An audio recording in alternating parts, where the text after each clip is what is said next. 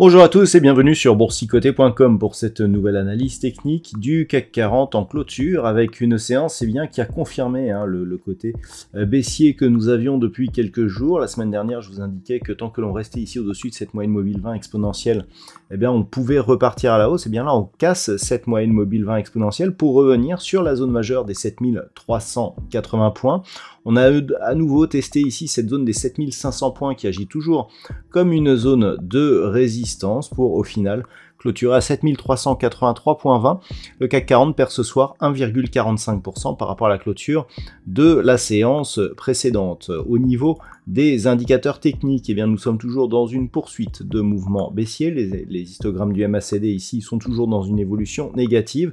Le RSI qui était à la limite de sa zone de surachat, redescend ici sur sa zone 50. Les volumes sont supérieurs à la moyenne, ce qui va plutôt dans le sens d'une validation de la poursuite de ce mouvement de consolidation. Alors, la configuration technique ici, elle est intéressante, elle nous prouve que on est vraiment ici sur une phase de consolidation, mais lorsque l'on regarde ce qui se passe sur l'unité de temps 4 heures, c'est encore plus limpide, puisque nous avions ici, donc depuis cette moyenne mobile 20 exponentielle qui a été recherchée ici en tant que résistance, et je vous l'indiquais ce matin, il fallait casser ici la zone des 7500 points, cette zone a résisté, on n'a pas réussi ici à franchir cette moyenne mobile 20 exponentielle à la hausse, et donc l'objectif était un retour sur la zone des 7380 points, ça aussi c'était identifié, et on s'est arrêté juste sur cette zone, On est ici en unité de temps 4 heures, on voit que la dernière bougie ici, elle est vraiment restée sur ce niveau, donc on est clairement sur un retour ici d'une zone qui était précédemment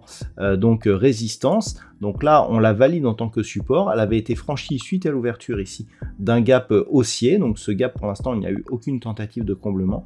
Et donc tout va se jouer à partir de cette zone, donc des 7380 points, qui était une zone majeure auparavant, puisque cette zone, elle avait été longtemps résistance par le passé, avant justement ce franchissement ici, suite à l'ouverture d'un gap haussier.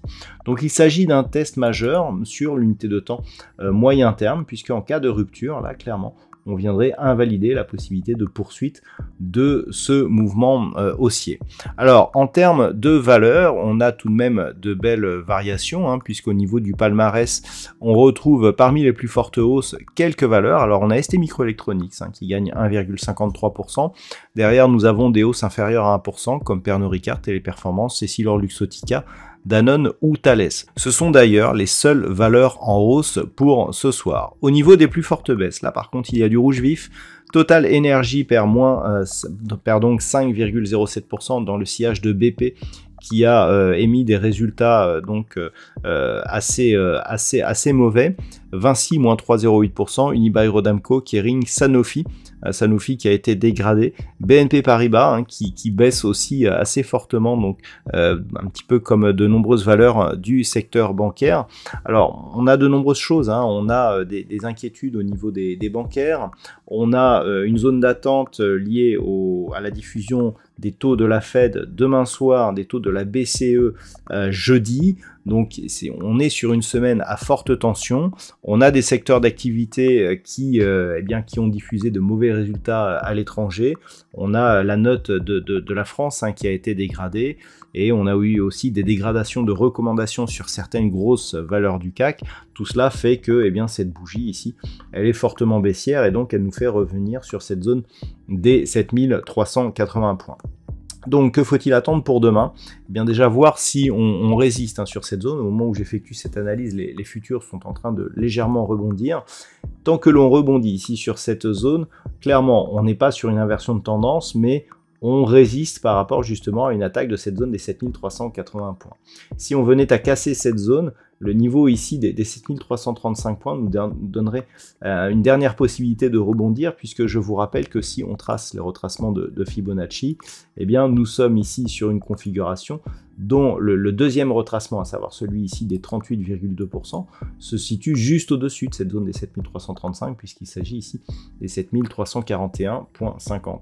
Donc si on casse ici, on vient chercher cette zone, et si on casse cette zone, eh bien clairement, on visera un retour ici sur la zone 50,61,8, dont ces deux niveaux d'ailleurs correspondent à des niveaux horizontaux déjà clairement identifiés. Si on vient chercher ici et que l'on repart tout de suite à la hausse, clairement, on aura un test ici de la zone des 7380, potentiellement ici une fermeture, un comblement de ce gap. Si on rebondit, clairement, même si la dynamique est affaiblie, on aura tout de même une velléité haussière qui sera profitable potentiellement, mais il faudrait confirmer par une rupture rapide ici de la zone des 7500 points à la hausse. Tant que l'on est donc entre 7380 et 7500, c'est le risque baissier qui prédomine.